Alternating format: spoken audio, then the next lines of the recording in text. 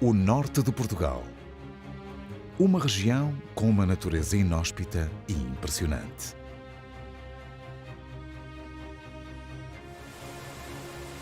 Terra de grandes relevos, onde um reino de rocha impera. O último refúgio para os mais resistentes.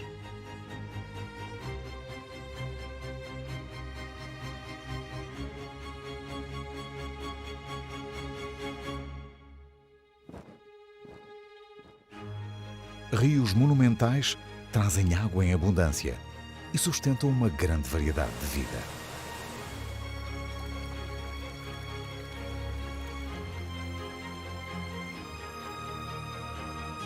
Florestas encantadas revelam habitantes misteriosos, com ciclos de vida surpreendentes. Vamos descobrir a natureza ímpar e fascinante do norte de Portugal.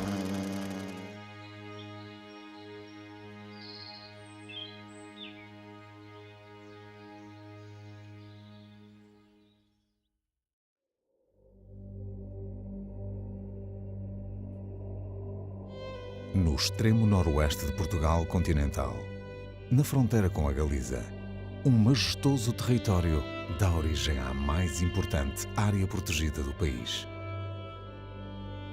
O Parque Nacional da Peneda Gerês. Uma cordilheira composta por várias serras ao longo de 40 km de extensão.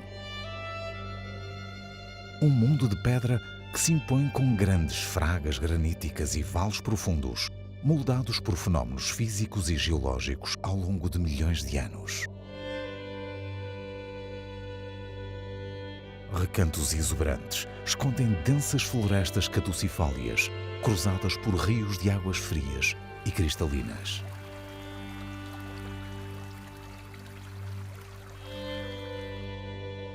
Esta orografia imponente, inóspita para a ocupação humana, gerou um dos últimos redutos selvagens do país. Aqui, ainda prospera uma das maiores populações de um grande predador, o lobo ibérico.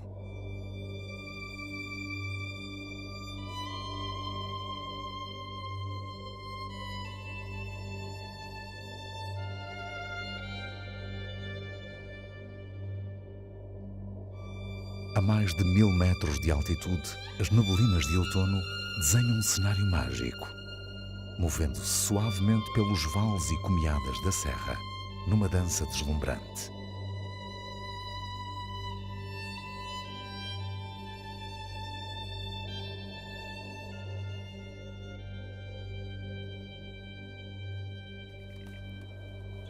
Nesta época do ano, habitantes especialmente adaptados à altitude juntam-se em grandes grupos de machos e fêmeas.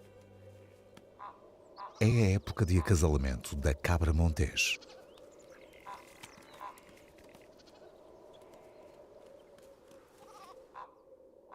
O grupo sabe que não está seguro na densa neblina. Há lobos por perto.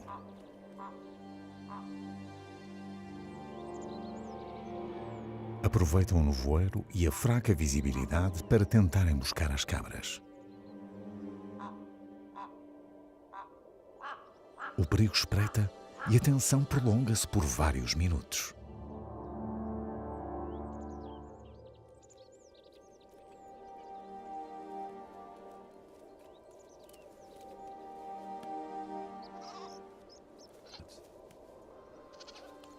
Os elementos do grupo permanecem vigilantes e decidem subir para as fragas mais inacessíveis.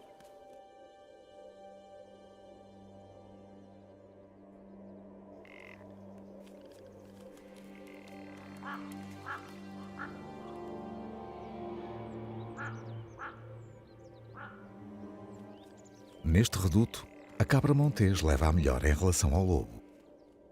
Aqui estão mais seguras e aguardam que o perigo passe.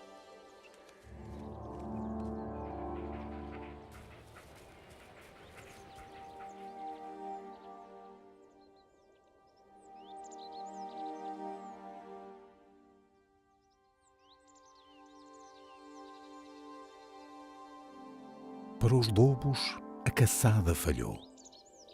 Terão que preparar uma nova investida.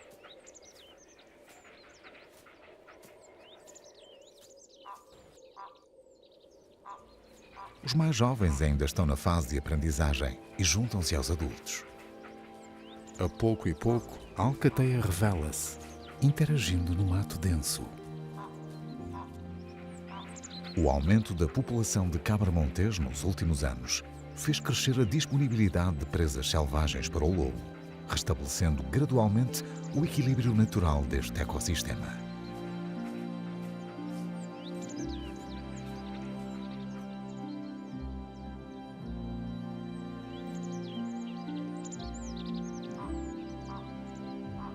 Lentamente, o grupo decide descer. Têm que procurar alimento no vale mais próximo.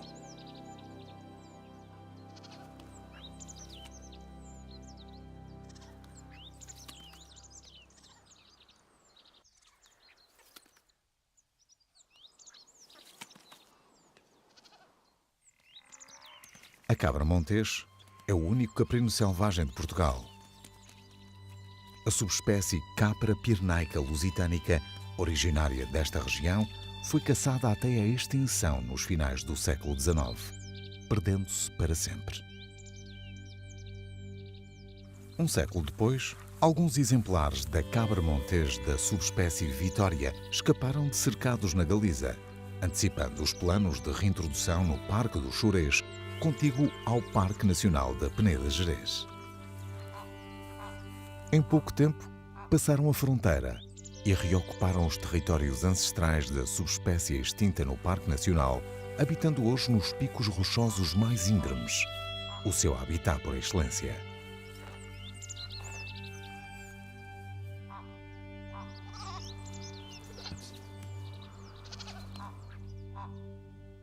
No final de novembro, os machos andam frenéticos para acasalar, procurando o odor das fêmeas com cio.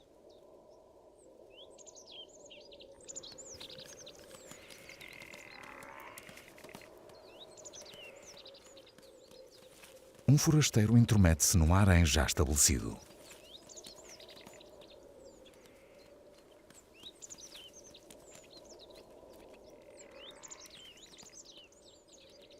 Este comportamento não será tolerado pelo macho dominante e o conflito é iminente.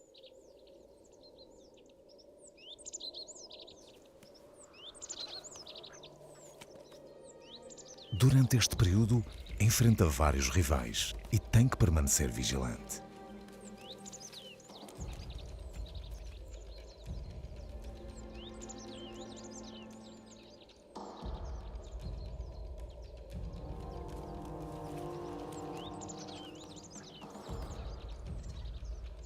Medem-se mutuamente num longo ritual de força.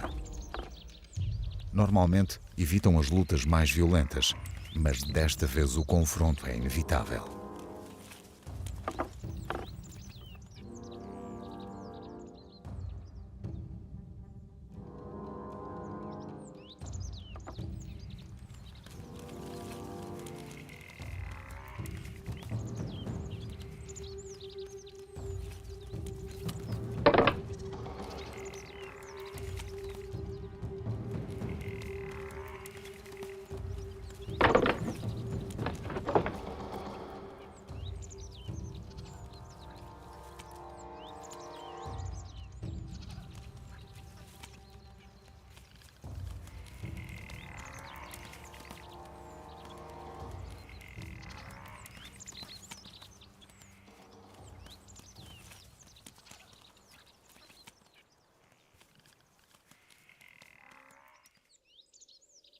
Por fim, o macho vencedor restabelece o domínio do harém e a calma regressa momentaneamente aos penedos.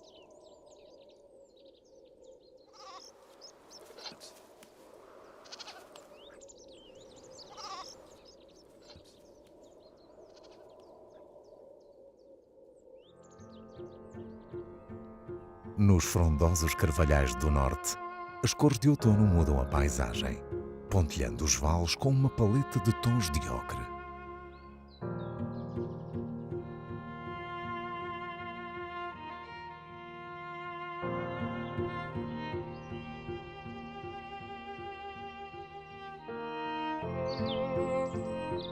as árvores despem-se lentamente, dia após dia.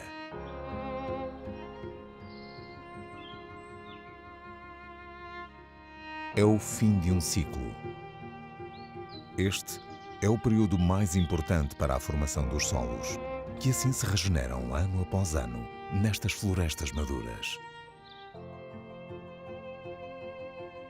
A manta morta é formada pela acumulação de folhas e matéria orgânica, num processo de decomposição que devolve vários nutrientes ao solo.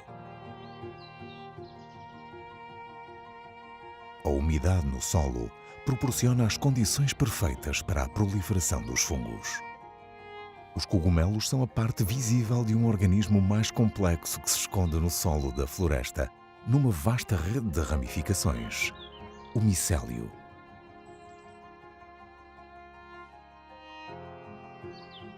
A parte aérea produz e dissemina os esporos, propagando estes fungos para novas áreas. Absorvem a matéria orgânica do solo e das árvores em decomposição e degradam estes compostos através de enzimas, contribuindo para a formação do solo. Servem também de alimento a pequenos animais, como é o caso dos gastrópodes. As lesmas encontram neles uma importante fonte nutritiva.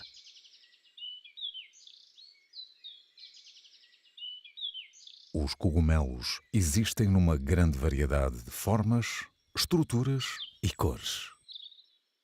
Algumas espécies são comestíveis, outras podem ser muito tóxicas e até mortais. Como, por exemplo, o Amanita phalloides, o cogumelo mais letal do hemisfério norte.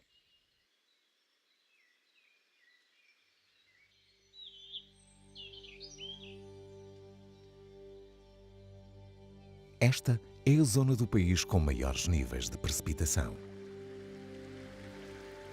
O outono vai longo e nas montanhas a água em abundância corre pelas encostas, sustendo pequenos rios e riachos.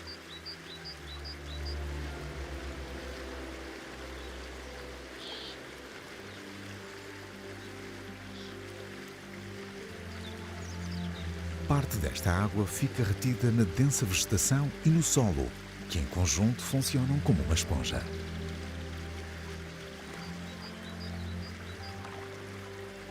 Neste ambiente úmido, esconde-se uma preciosa joia da fauna portuguesa.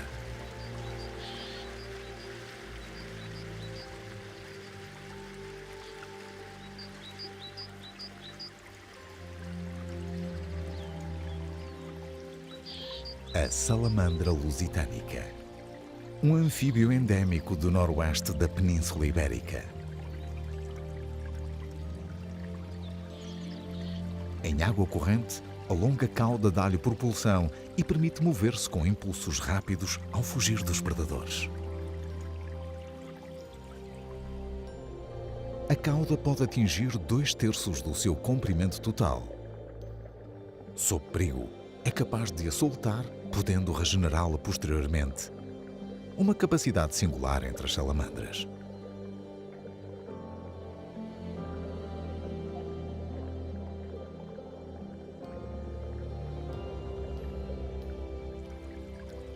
Nesta altura do ano, iniciam a reprodução, procurando locais úmidos e abrigados perto de cursos de água.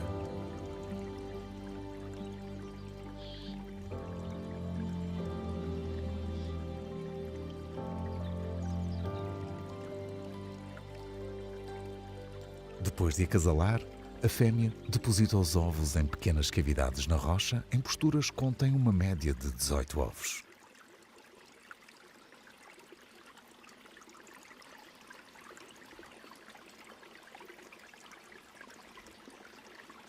As larvas vão desenvolver-se durante 6 a 9 semanas antes de eclodir. É a primeira etapa da vida deste anfíbio peculiar.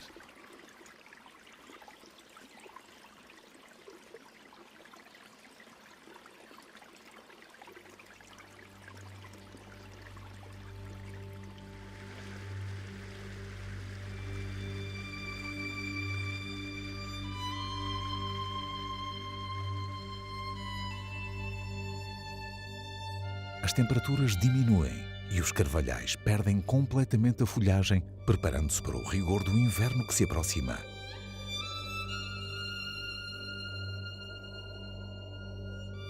É um tempo de resistência.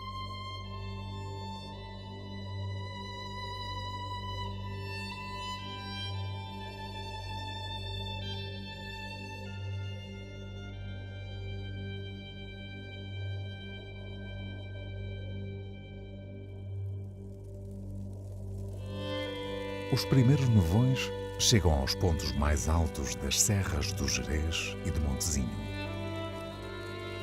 Acima dos 1200 metros, as florestas são cobertas por um extenso manto branco.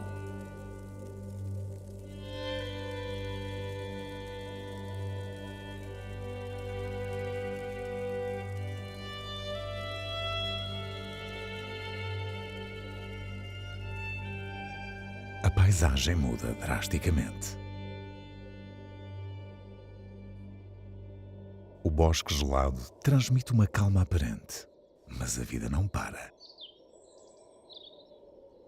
Para as pequenas aves florestais, como os chapins e as trepadeiras, procurar alimento é agora um grande desafio. As reservas de energia acumuladas serão essenciais e a sua sobrevivência será posta à prova, com temperaturas negativas durante algumas semanas.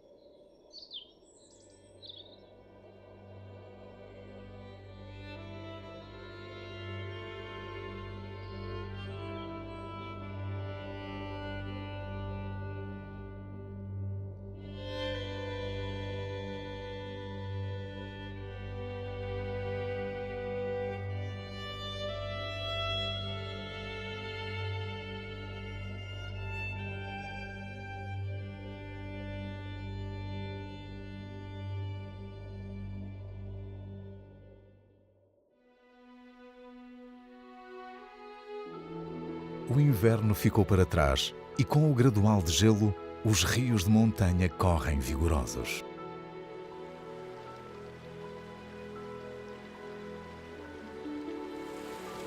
É aqui que começam os seus percursos até alimentarem os grandes rios, esculpindo o seu leito por entre vales graníticos ao longo de milénios.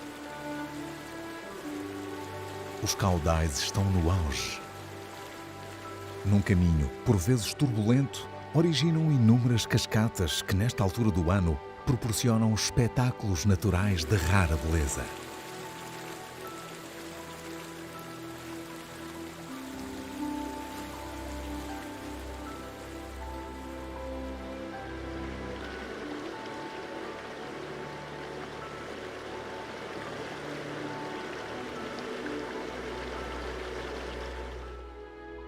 O seu expoente máximo surge no Parque Natural do Alvão, com as Fisgas de Armelo.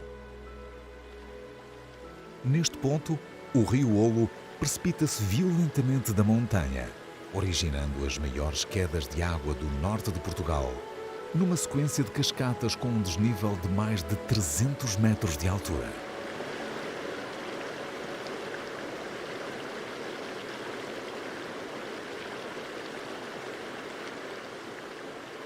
Estas fragas imponentes são guardadas de perto pelo falcão peregrino, que aqui nidifica regularmente.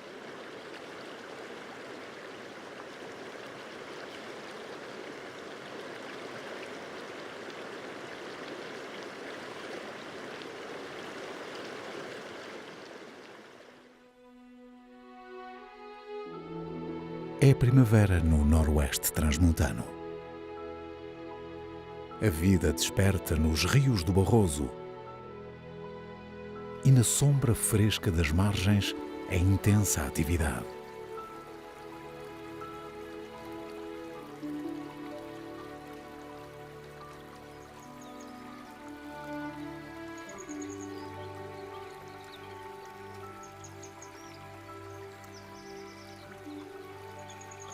A abundância de insetos que aqui se reproduzem atrai várias aves aquáticas.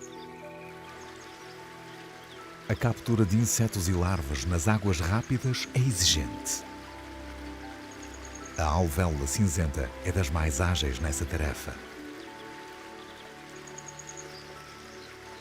Mas existe uma ave que leva mais longe esta aptidão, onde outras não se atrevem.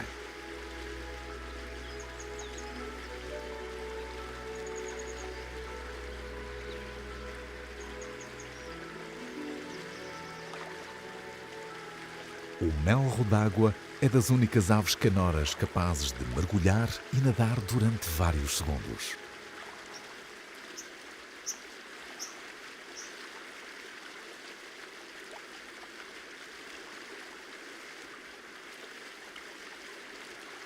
Conta para isso com algumas adaptações morfológicas. Abas nasais que impedem a entrada de água nas narinas e asas curtas e fortes que lhe permitem nadar com destreza neste ambiente.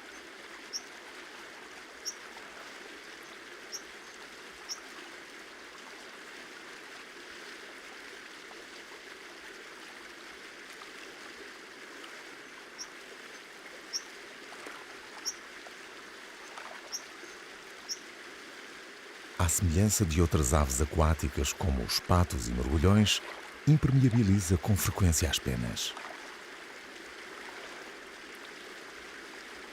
Tem uma glândula na base superior da cauda que produz uma espécie de sebo que espalha regularmente pelo corpo, ficando deste modo preparado para o mergulho.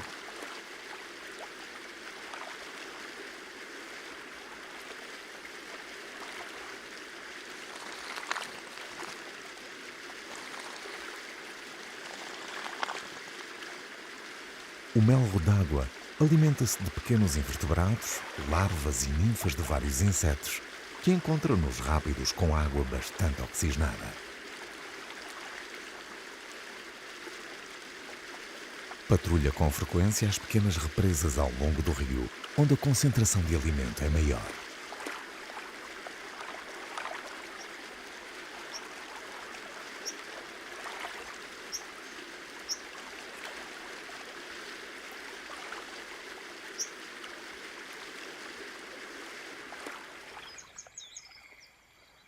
Noutro troço do rio, entramos em águas mais calmas.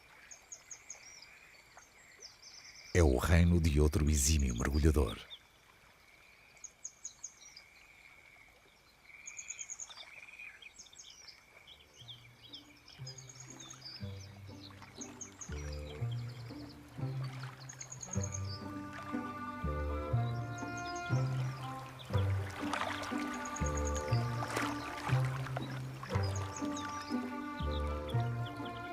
Uma família de lontras faz a habitual ronda ao seu território. Por regra, são animais solitários, mas é frequente as crias do ano anterior permanecerem com a mãe durante 1 ou 2 anos, formando pequenos grupos familiares. Atingem a maturidade entre os 2 e os 3 anos e podem viver mais de 15. São carnívoros muito territoriais. Marcam com frequência as margens do rio com excrementos, avisando os potenciais rivais da sua presença e domínio.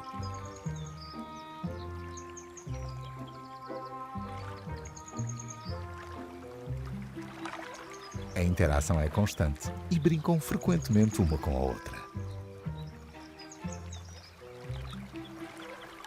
As lontras são excelentes nadadoras. A sua forma hidrodinâmica, aliada a uma cauda forte e membranas interdigitais, permitem-lhe impulsos e mudanças de direção muito rápidas, habilidades essenciais para apanhar peixes.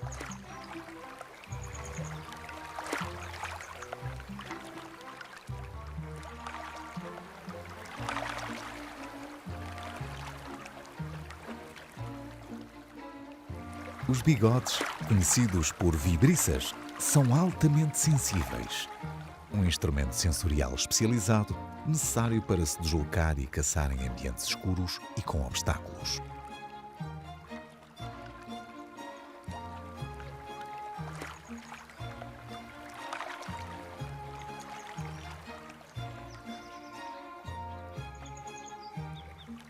Sem competição, neste meio aquático, a lontra está no topo da cadeia alimentar.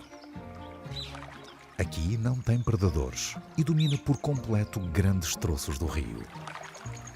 É um mamífero essencial no equilíbrio dos ecossistemas ribeirinhos saudáveis.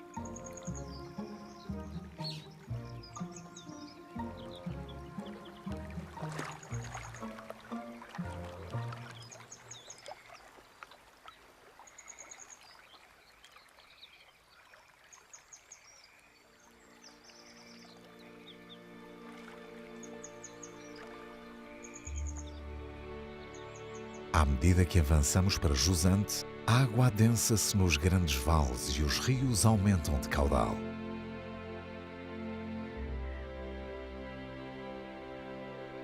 No extremo nordeste de Portugal, surge o Grande Rio, alimentado pela maior bacia hidrográfica da Península Ibérica, o Douro.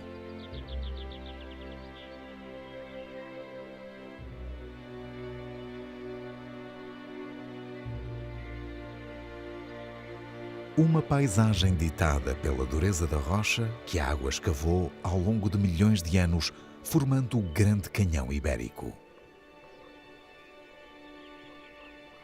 O Douro serpenteia num profundo desfiladeiro, alcantilado por entre monumentais paredes rochosas com desníveis que podem atingir os 500 metros de altura.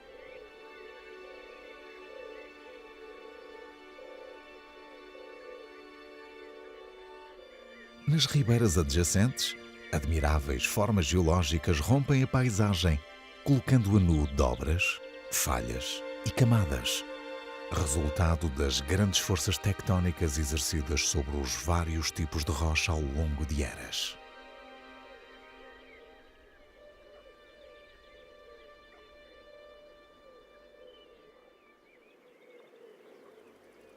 O Rio Douro atuou ao longo do tempo como uma fronteira natural, dando origem a habitats intocados e inacessíveis.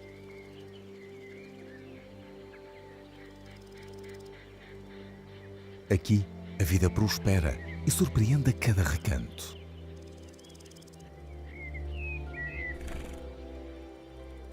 É o reino das grandes aves de rapina, que sobrevoam imponentes os vales escarpados.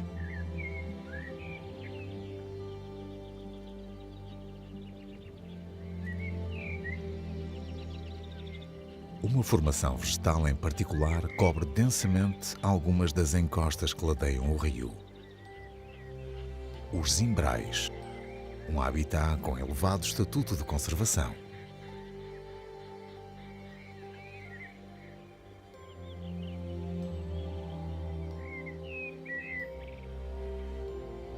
Do alto dos Zimbros, um casal de águias de Bonelli vigia o seu extenso território.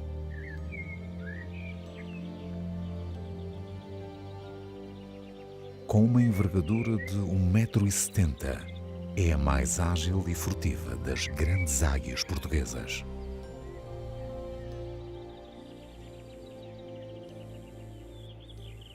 Popularmente conhecida como águia perdigueira, é especialista a caçar aves em voo, sobretudo pombos e perdizes, abundantes nestes vales.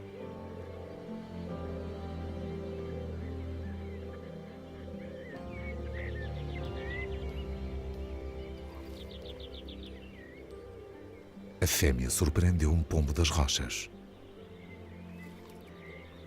As garras afiadas perfuram a presa, matando-a em pouco tempo.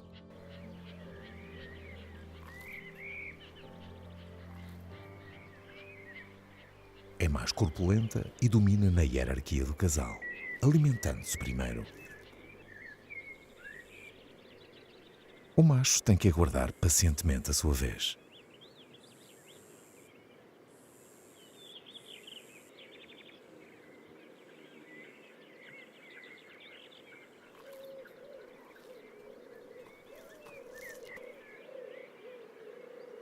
A águia de Bonelli é uma espécie em perigo, fruto da destruição do habitat e da perturbação humana, sobretudo na época da reprodução.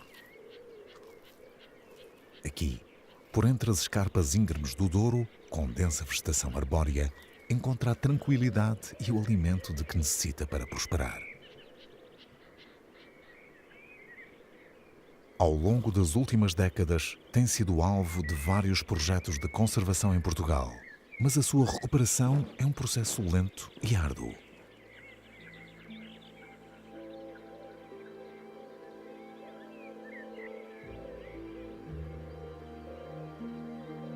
Mas aqui, nem todas as aves de rapina são caçadoras.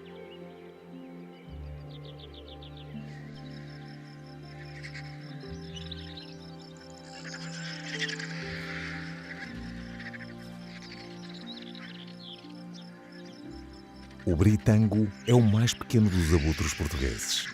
Um migrador estival que regressa todos os anos às arribas do Douro Internacional para nidificar. Alimenta-se de animais mortos.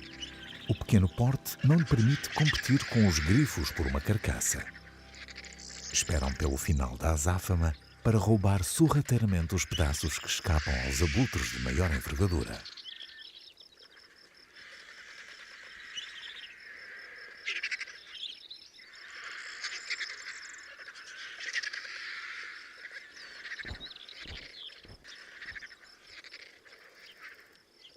Também conhecido por abutre do Egito, o britango tem um bico menos possante e adaptado a pequenos fragmentos das carcaças. É essencialmente necrófago, mas na ausência da sua principal fonte de alimento, também pode recorrer a larvas de insetos, ovos e répteis que encontra neste vasto território. Tem no Douro Internacional a maior população em território português. Contudo, os seus números são escassos e têm vindo a diminuir há vários anos. A situação desta espécie é preocupante.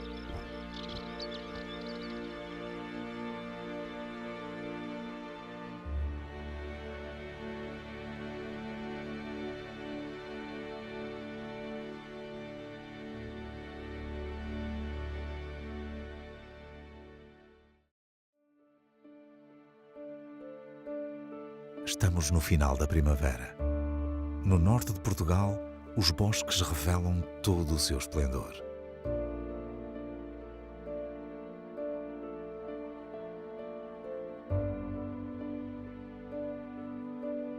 Sob o verde vibrante das copas frondosas de carvalho negral e carvalho alvarinho, inúmeras espécies prosperam, tirando partido de uma época de abundância.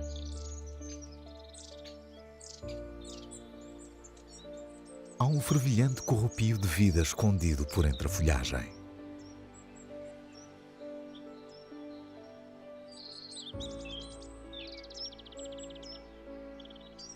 O veado aproveita os numerosos rebentos tenros. E, por entre as copas, o esquilo vermelho procura alimento para a sua descendência.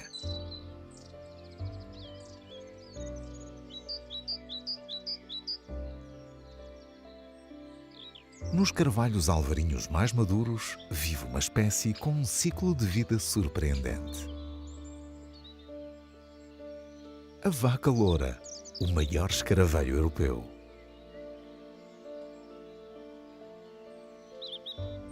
Os machos podem atingir os 8 centímetros de comprimento.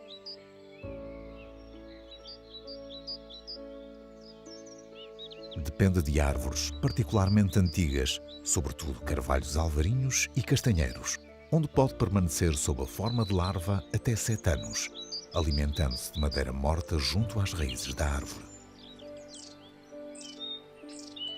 No início do verão, eclodem e atingem a fase adulta.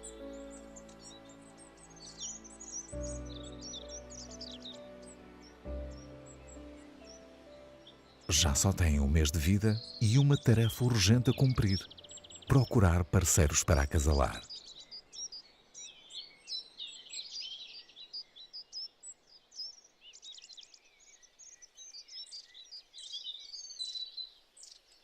Este macho detectou uma fêmea e segue o seu rasto. Utilizam as antenas, importantes órgãos sensoriais que detectam as feromonas de potenciais parceiros.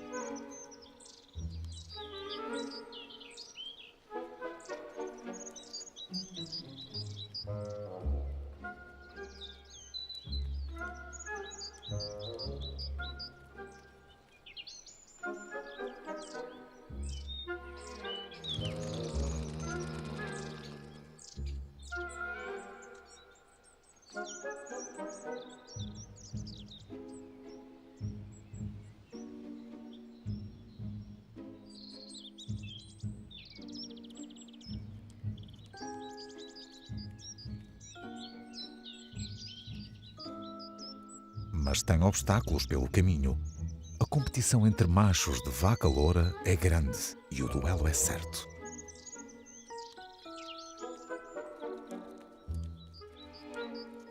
As lutas são frequentes e o objetivo é um só: atirar o oponente para fora da árvore.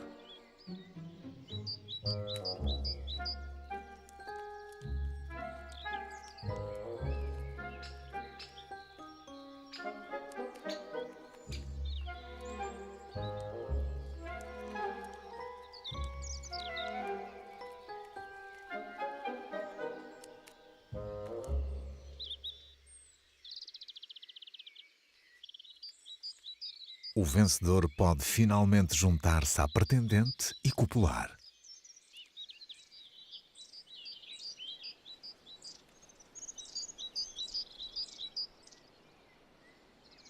As fêmeas têm mais umas semanas para depositar os ovos no solo e garantir a descendência deste inseto singular.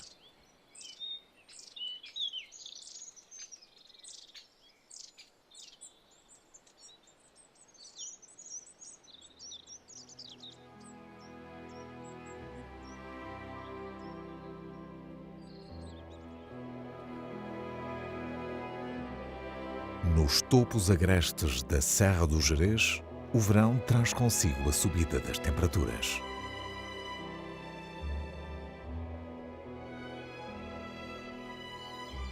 Os prados de altitude enchem-se das cores da urze e da carqueja. E o raro lírio do Gerês está no auge da floração.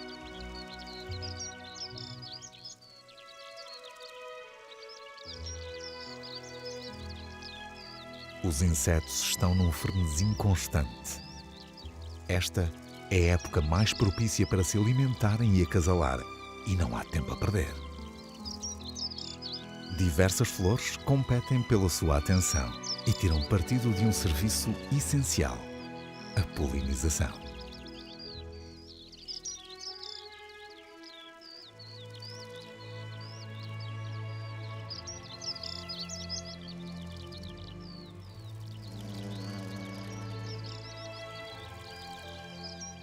Por entre as rochas, revela-se o maior lagarto da fauna europeia. O sardão é dos primeiros répteis a sair da toca pela manhã.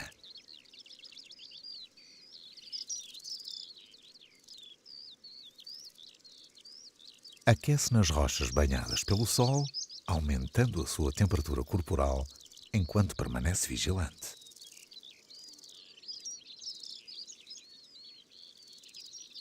Uma vez aquecido, faz pequenas incursões na envolvente em busca de alimento.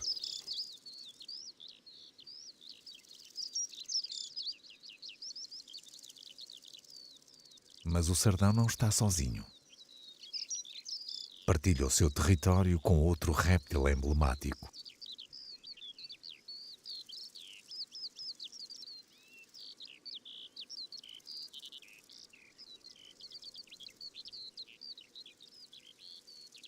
A víbora cornuda, uma das duas serpentes venenosas existentes em Portugal. Habita os ambientes rochosos destas serranias, onde caça pequenos répteis e micromamíferos que aqui existem em abundância.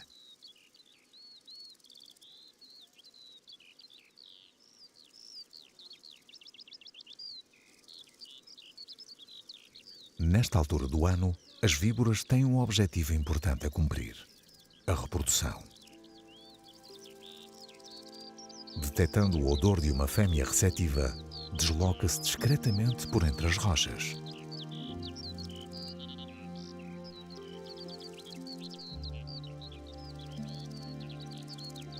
Todo o cuidado é pouco. Uma águia cobreira está atenta.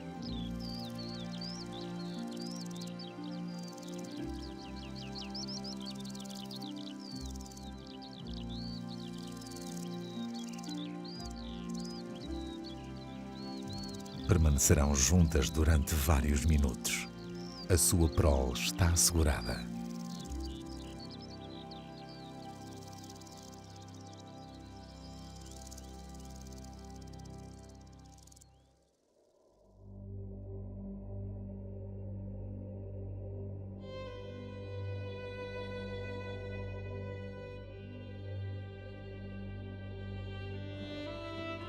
Um grupo de garranos regressa ao Planalto em busca de melhores pastos.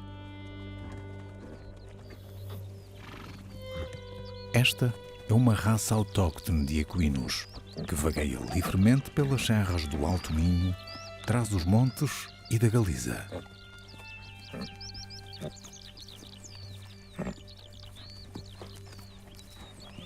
Em meados do século XX, chegou a ter 40 mil indivíduos, mas foram reduzindo de número com o abandono rural e a mecanização da agricultura. Hoje, cerca de 1.500 animais percorrem estas serranias.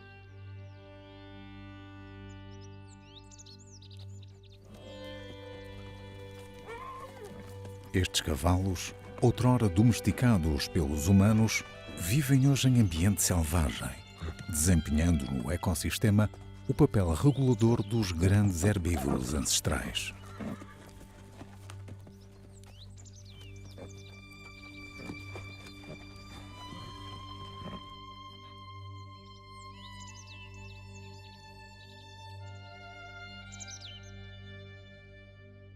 Não muito longe daqui, o predador natural dos garranos aguarda o anoitecer.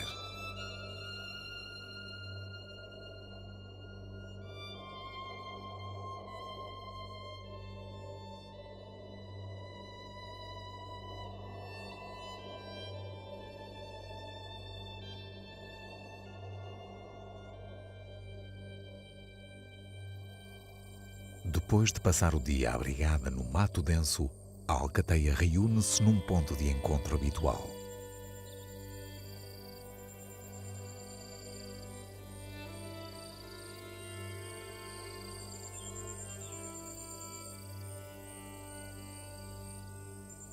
O macho dominante observa atento a chegada dos vários elementos com o aproximar do crepúsculo. O lobo ibérico é um animal social e organiza-se em grupos familiares cooperantes com um único casal reprodutor.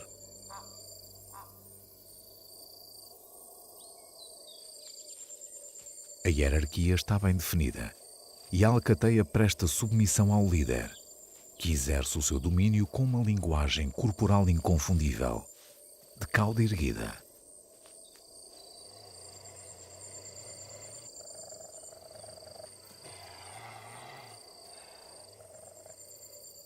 Este é o último grande predador do norte de Portugal. Um carnívoro fundamental para o equilíbrio natural deste ecossistema, que luta de forma resiliente pela sua sobrevivência. Perseguido ao longo de séculos e muitas vezes incompreendido e mal amado, o lobo ibérico encontra nestas montanhas um dos seus últimos redutos.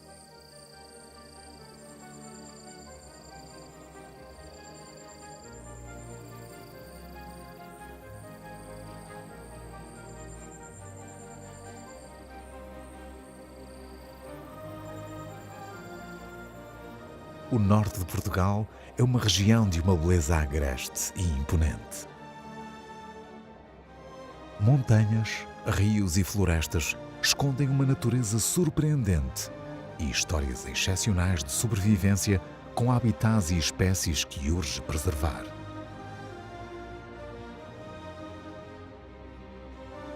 Estação após estação, a vida renova-se e prospera no Norte Selvagem.